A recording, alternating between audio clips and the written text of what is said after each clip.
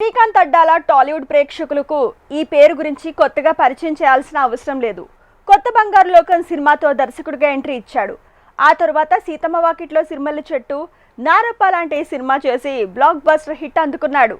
ఆ తర్వాత చేసిన సినిమాలు డిజాస్టర్ అయ్యాయి. ఇప్పుడు మరో సినిమాకి స్క్రిప్ట్ రెడీ చేశాడంట.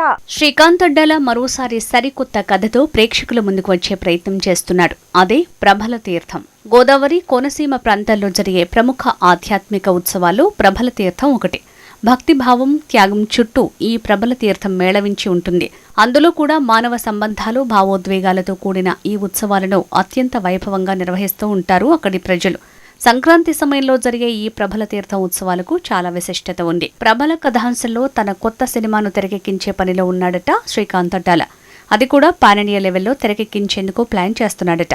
ఈ మధ్యకాలంలో ఒక ప్రాంతానికి సంబంధించిన ఆచారాలు, వ్యవహారాలు, భక్తిపరమైన అంశాలతో కూడిన సినిమాలు పాన్ ఇండియా లెవెల్లో సత్తా చాటాయి. అందుకే ఈ సినిమాను కూడా పాన్ ఇండియా లెవెల్లో తెరకెక్కించడానికి సిద్ధమయ్యాడట శ్రీకాంత్ అడ్డాల. త్వరలోనే ఈ సినిమా షూటింగ్ కూడా మొదలు కానుందని సమాచారం.